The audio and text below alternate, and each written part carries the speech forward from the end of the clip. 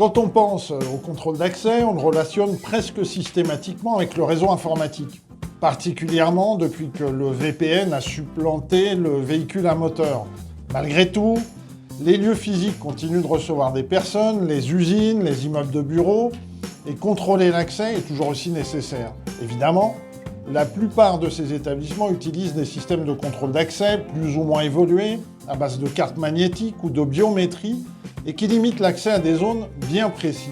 Il vaut mieux s'assurer que la personne qui est autorisée à entrer dispose bien de tous les documents nécessaires. Par exemple, la pièce d'identité, le certificat de capacité, une attestation de formation ou le permis de conduire, tout simplement.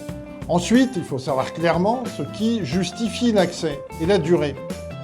Toutes ces informations peuvent être requises lors d'un audit.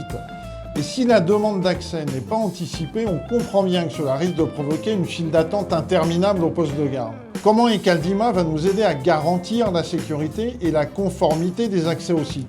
C'est facile. Chaque personne habilitée à demander des autorisations d'accès crée une demande dans le catalogue de services Ecaldima.